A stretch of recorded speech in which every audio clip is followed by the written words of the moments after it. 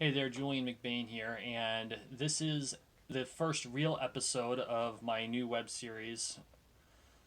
And today I want to talk about imposter syndrome because it is something that I think a lot of us contend with on a day to day basis, especially those of us who are starting out in a new endeavor like YouTube.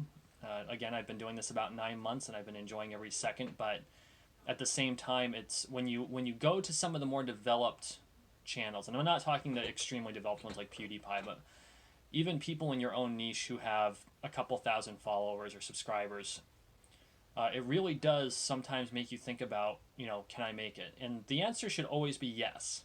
You can make it, but will you go the distance? And what imposter syndrome has a nasty habit of doing is telling you can't. You don't belong here. This is not, you are underqualified for what you're doing. You don't have the capability. That's imposter syndrome, and it's something that I've suffered from throughout my life. Uh, when I started my second career, and I got out of doing grocery, I'm a third generation grocer. I was a third generation grocer, and when I decided, or I should say, I had been doing grocery for roughly 10 years.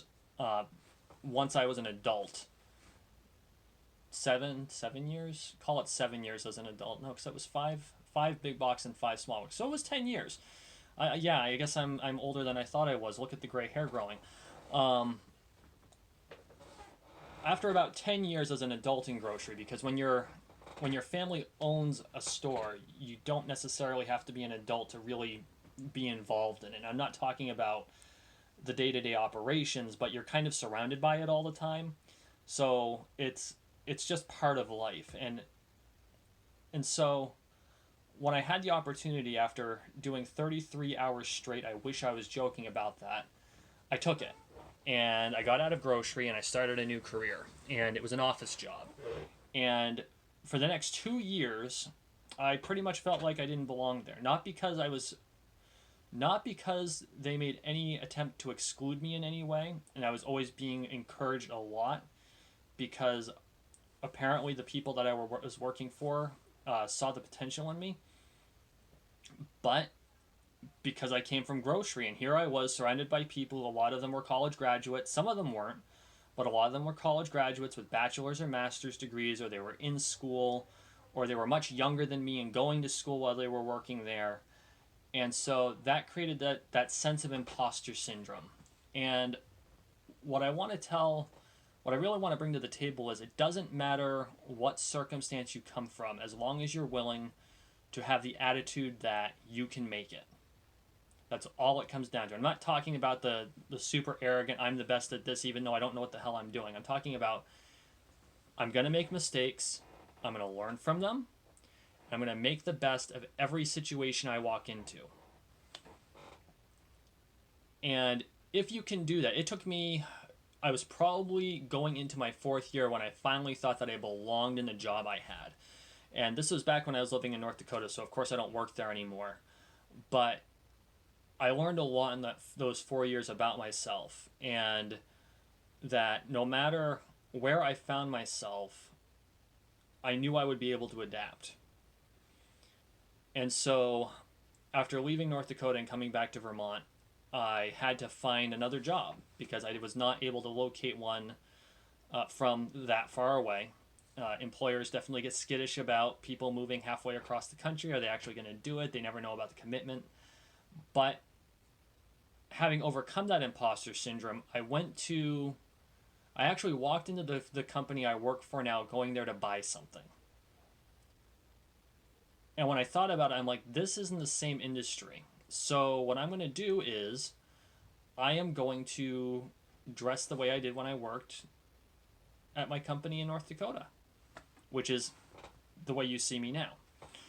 And so I walked in and I had a great conversation with the owner of the business, and he and I had a chat, and I purchased what I went there to purchase, and I got a call a few days later to talk about a possible opportunity that wasn't there at the time but may have come up in the future. And sure enough, for roughly 4.5 months later, I got an interview. And so that just tells you, I started from grocery. We're talking line cashiering. Moved, I guess I was there 12 years because there was the 2 years I did it in high school. But anyway, line cashiering to low level management to store management, small box store management, because a convenience store is a grocery store and it's small box. And if you're the manager of a convenience store, that is probably one of the hardest jobs that doesn't involve, I won't say it doesn't involve heavy lifting because I was throwing 50-pound boxes, but when it comes to that, to retail, it's probably one of the harder jobs you can have because the hours are brutal and you can get called in at any time of the day. And I went from that to an office job that I didn't think I was qualified for. And I think the thing that really brought it up to me, that we had a person in the company in North Dakota that she had also come from pretty much nothing. We're talking, what, when she started there, she was on food stamps or she had just gotten off of food stamps, and she worked her way up over the course of, I want to say 15, or I don't think it's 20 years. It might be 20 years. I think it's 20 years now, but at the time when I met her, it wasn't 20 years. And she's very successful. She did very well. No college degree, didn't need one. But she did it the hard way, school of hard knocks. And now she is probably one of the most successful people at that company for the level she's at. And she mentored me all the way up the 5 years I was there. Fantastic person. And so if you feel you have imposter syndrome, find someone in the company that can help you overcome it. Find a mentor. Find a mentor that can help you inside your own company to make that next step. And I'm going to steal a word from Jordan Peterson. Find someone to mentor you that wants the best for you. And so I'm going to leave it at that. Thank you for watching, and I'll see you next time.